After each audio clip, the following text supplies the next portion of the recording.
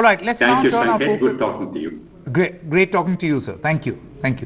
Let's now turn our attention to the MSME sector. It's a very crucial sector, and we have with us CEO and Director of MFIN, Dr. Alok Mishra. Dr. Mishra, thank you very much for your time. Your budget expectations, particularly for this crucial sector.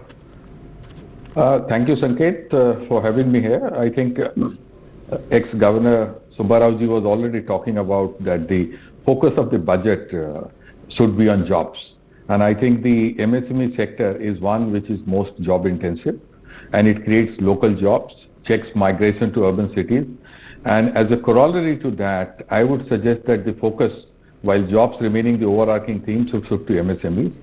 And in that context, I would like to talk to you about the 3 requests which we have made to the government, and we hope they are considered to accelerate the growth of MSME sector and the flow of credit to the sector.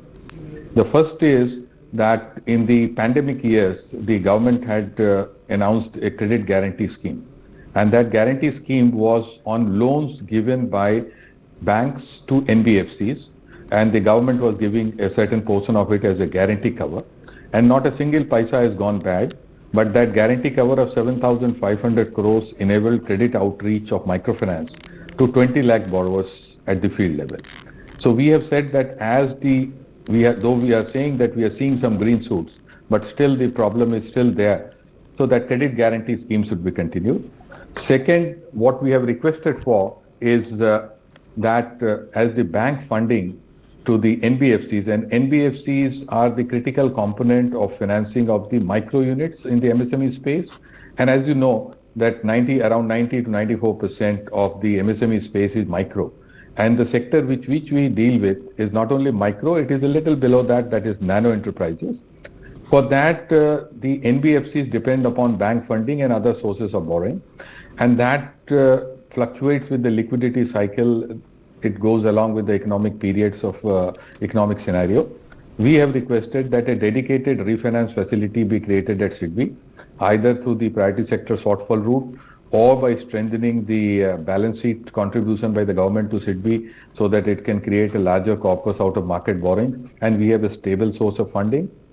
And the third is the problem of equity, because debt and equity go together. And we have suggested that to ensure that the equity contributions in the MSME space, and the funders being NBFCs, NBFC MFIs, their equity base would also be strengthened by domestic capital. And that domestic capital should be patient and long-term in nature. And for that, the India Microfinance Equity Fund, which is with SIDBI, that should be strengthened in terms of corpus, and it should also see accelerated disbursement. So these are the 3 primary things which we have said this will strengthen.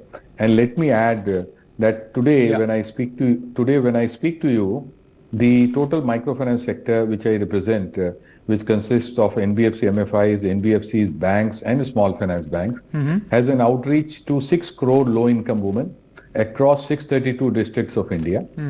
And when we are talking about jobs, the sector, we had recently, last year we launched that report, it was done by NCAR.